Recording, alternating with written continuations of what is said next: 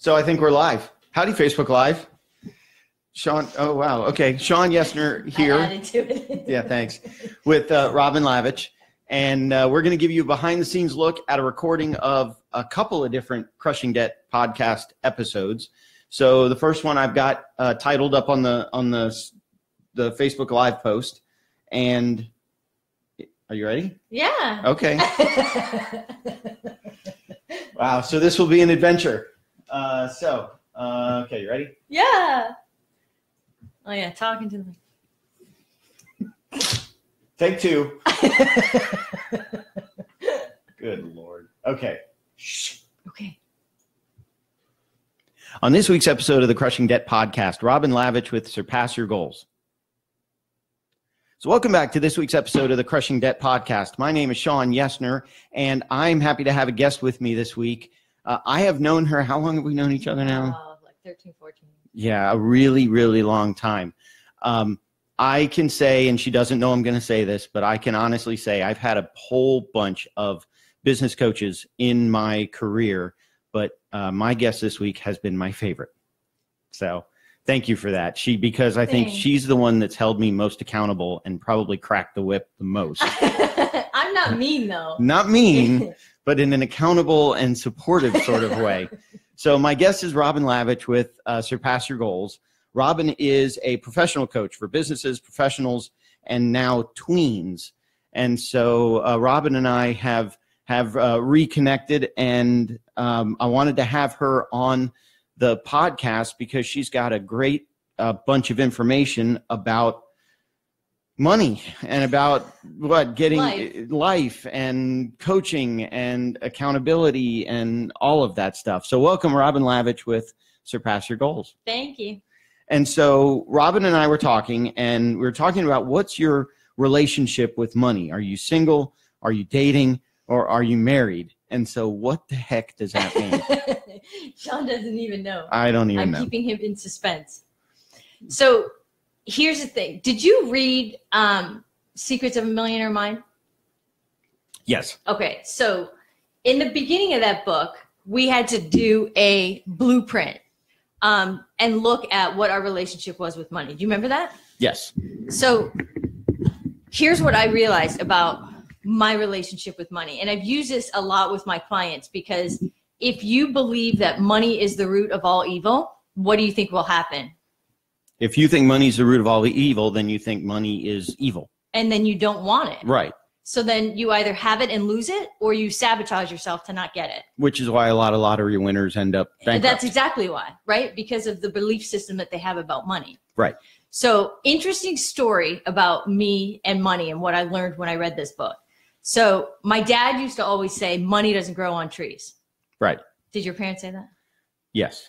Lots of people said that. My parents just basically said no when I asked for stuff. But my dad didn't know how to do that. So this is what it was like. I got an allowance. I got $20 a week, which in the 80s was a lot of money to go to the arcade. Right. So I used to stock up my money and I used to save it all up until I had a couple $100, and then I would go to Toys R Us. And I was literally like 9 or 10. I would have these cute little purses with my big wad of cash in there. And then I would get enamored by the Snoopy dolls. And I would wander away from my cart, and then somebody would steal my purse. Okay.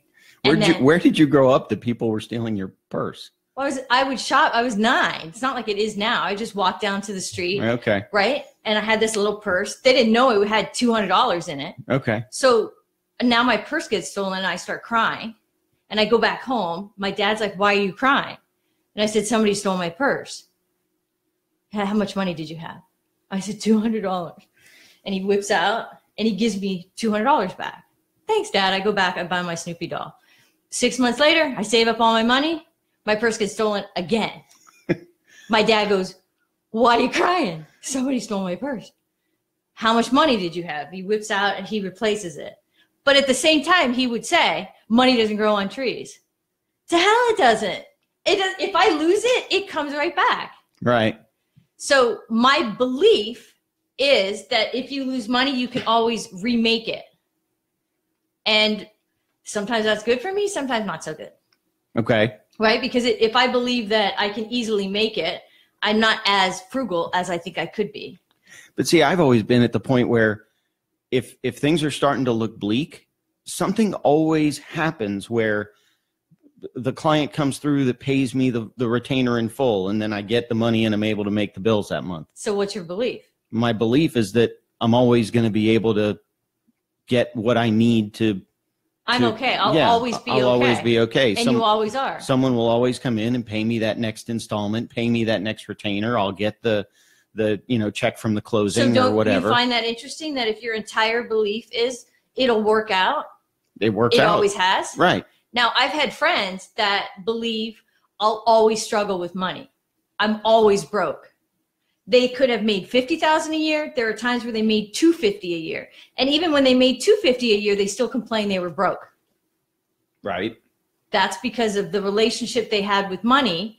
If they believe money is the root of all evil, they can't hold on to it. And so no matter what standard of living they have, they'll always end up being broke because that's the relationship they have. That's the single mentality. Okay. Married, I guess, would be you actually hold on to your money and cherish it. Married would be you give your money to somebody else and they spend it. That's what marriage. Yes. If you're the husband. Look, I don't know if I should admit this or not, but I don't think there's any danger of my wife hearing this episode. So I think I click subscribe on the podcast app on my wife's phone. So I don't think there's, so then what's dating? Dating, I think, is like when you have it and then you lose it. Like you can't commit to it. So you get it a little bit, squander it, and then, you lose it. So then what's the answer? I mean, I guess the question then is, okay, if we've identified what our relationship is with money and we want to change our relationship so that we have more money, how do we do that? So I had a client and she was an attorney and we looked at her revenue goals and she'd been in business, let's say 6 years. And she'd been steady, but she wasn't aware that she had been steady. So when I did an analysis of every year, she actually made roughly the same amount every year. So instantly that told me that in her mind, that's all she's capable of making. But she didn't know that that was part of that belief. And so we actually had to challenge that.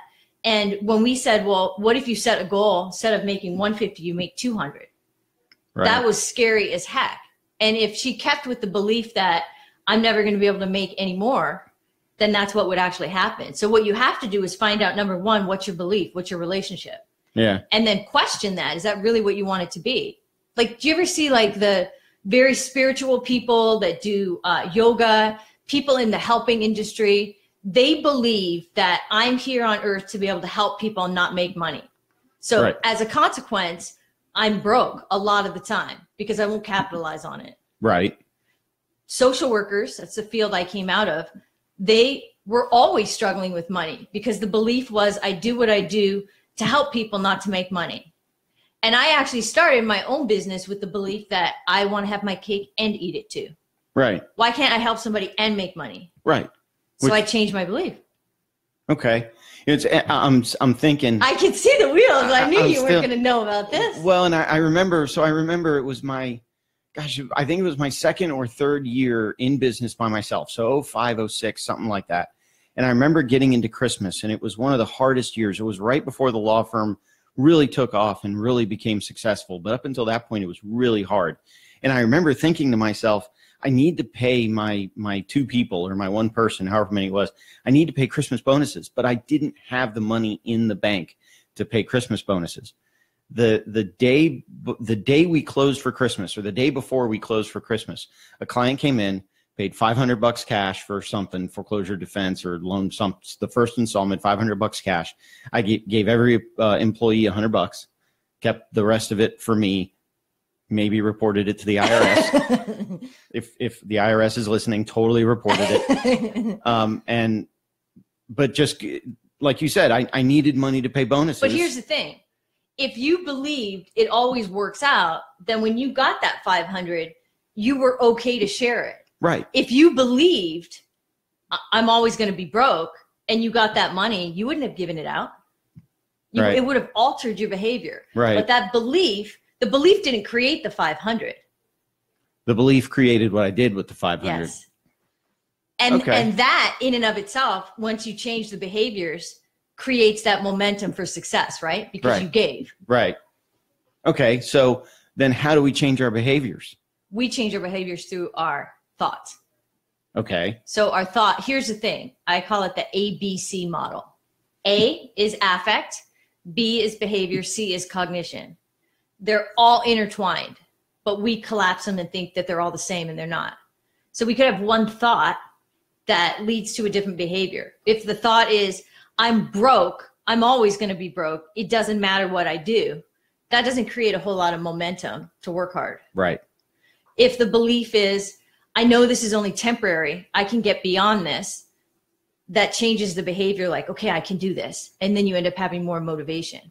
More motivation leads to positive feelings, and then it creates a positive cycle versus a downward cycle. Right. But if you want to change it, you can change your thought, your emotion, or your behavior. So if I say, I'm too tired to go to the gym, that's my thought. My behavior is I sit on the couch. Right. My feeling is I'm like, I'll make it up tomorrow, or whatever. I end up feeling like depressed. Okay. Because you didn't go to the gym. Right. But I could actually say, I don't feel like going to the gym, and then go. Right. And then it changes the whole dynamic. Okay. So you can change the behavior, the thought, or the feeling. Wow. And so then that's where you come in to help. That's what I do. Yeah. And so one of the things I look at is what's called alignment. So are your emotions and your thoughts and your behaviors aligned? Because a lot of times what happens is people say one thing and do something different. And so what they're saying outwardly is not actually what they're thinking. Okay. And so if they're not aware of what they're truly thinking, what? Again, I started thinking about my wife. Okay. Do you want to share? No. I don't know if it's my wife or it's just women in general, what they say and what they mean. Well, women would say the same thing about men. I know. Although I will say that men are socialized to be more direct. Women like to dance around the subject a little bit. Yeah. Yeah. That is a gender thing. I'll accept that. Okay. So I think as much fun as this has been, I think we pretty much reached the end of this episode, but I will definitely have Robin back this is the first of probably many, many, many, many Crushing Debt episodes. But since we're sort of at the end, if someone is interested in contacting you to talk to you about coaching, to talk to you about all this stuff, what's the best way to get a hold of you? Go to my website, surpassyourgoals.com. Okay, cool. So that is it for this week's episode, but I encourage you to subscribe to the podcast because I can guarantee you that Robin will be back on future episodes, and we will talk to you in next week's episode of the Crushing Debt podcast. Bye. Okay, so Facebook Live, we are done with this episode, but like I said at the end of the episode, Robin will be back. So I'm gonna guarantee. I'm gonna shut down for a little bit. We're gonna turn off Facebook Live for a little bit. I'm gonna double check that this episode recorded properly, and then we'll turn Facebook Live back on again, and we'll come back with another episode. So we'll see you here in a few minutes. And the other episode is Bounce Back. And so I'm going to talk about how to alter your beliefs. Okay. Alter beliefs. Okay, cool. So we'll see you in a minute, Facebook Live.